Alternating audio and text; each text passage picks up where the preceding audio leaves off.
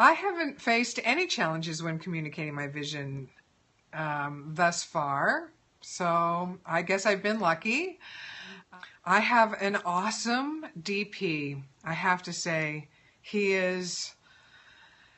I really lucked out. I was working on somebody else's film as an actress, and this guy was he was fast, he was efficient, and he was really quiet, really quiet.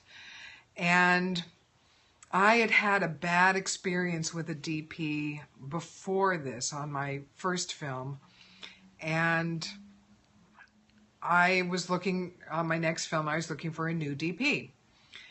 And so I thought, well, let me talk to this guy. So I got in touch with the producer, and I asked her if she would mind if I contacted her DP, if she would give me the information, his contact information, and she did. She was fine. And she gave me the contact information. She knew I was a filmmaker too.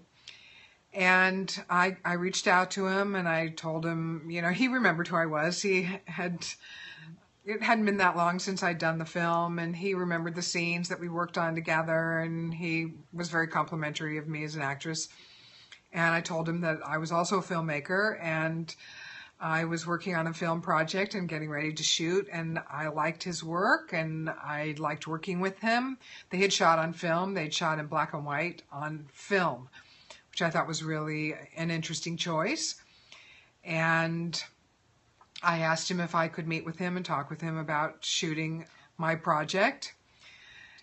He came in, we spoke, I really liked his energy, I looked at his reel, I liked everything that was on there, and so I hired him. And I immediately told him that I had in mind that I wanted to shoot this like a Rembrandt painting. He went to the Getty that weekend and researched and looked at all these Rembrandt paintings, and he came back and he said, which era of Rembrandt paintings? Because he changed in the course of his life. He started out painting like this, and then he ended up painting like this. And I said, smart guy. I like this. So then and he sent me some samples, emailed me some small pictures of samples of the differences, and I said, that one. That one specifically, he emailed me the one that people know as the Dutch Masters. Right there, it was perfection. And he said that he really loved that I had told him I wanted it to look like a painting because his mother was a painter and taught or teaches painting at the college level. And so he's been around art all his life, but that kind of art, the painting, fine art. And it really spoke to him that that's what I had in mind. And it's interesting because one of my hobbies is I'm a painter.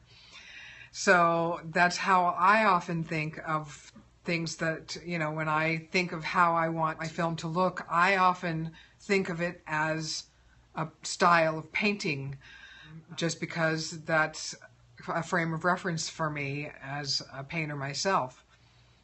So it's been a wonderful collaboration between the two of us. We've worked together now on 3 films and a web series.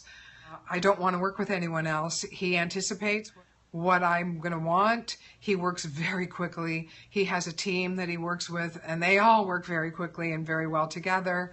He's worked as first AC and second AC, but mostly first AC, on some huge projects, going all over the world.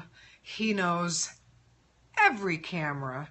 His name is Gabriel Diniz, D-I-N-I-Z, and you can look him up on IMDb. You can see his IMDb page is like really long. It's perfect. It's always, and he knows every single camera. Brand new cameras come out, he's operated that camera because he's worked for all these big people and they always want to use all the brand new cameras. So he's operated that camera. He knows that camera inside and out. I always defer to him. I always say, this is what I want it to look like. What camera do you suggest? And he always says, I think you're going to get that look best with this camera or that camera. And then that's the camera that we rent.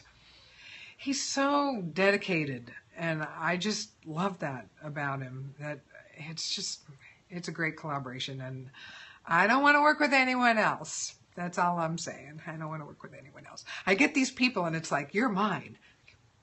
Mine. I'm like that.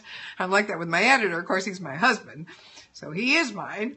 But I'm also like that with my composer and my sound designer and my sound mixer and my music mixer, and I'm like that with all my people. It's like, you're mine. So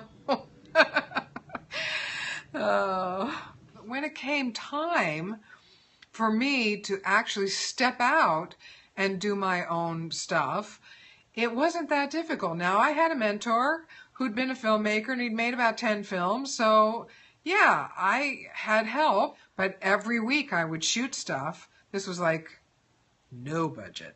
This was like, I had my friends who were actors, and I would go out on the weekends, and I would shoot for a couple of days on the weekends and just grab locations, whatever. Handheld VHS camera. And then I would bring the dailies to him, and we would watch them, and he would give me notes and say, next time do this, or this was great, or I like the way you did that, or, and that's how I learned. And that's how I learned. And then he had just done a film, and I sat in the editing room with him and watched him edit the entire film and helped him do it. So I learned how to edit, what the rhythm was, what everything was. This is way before my husband ever decided to become an editor. I learned editing hands-on, and so I edited my first film. Now, was I very good at it? No. I was terrible at it. But I learned how to do it. I learned everything by putting my hands on and doing it. And so that when the time came that I hired all these people, I had an idea of what it was they were doing, or supposed to be doing, at least. Did I know about, apertures and focal lengths and glass and all? No, I don't know about all that stuff. Do I know about light temperatures? No, I don't know about all that stuff either. But I know what good lighting is. I know what looks good. I know what I want it to look like. I can communicate that to my DP. He can communicate it to his gaffer. I know what I want it to sound like. I hire people that know how to do what they're doing, and then I just tell them what I want, and they do it.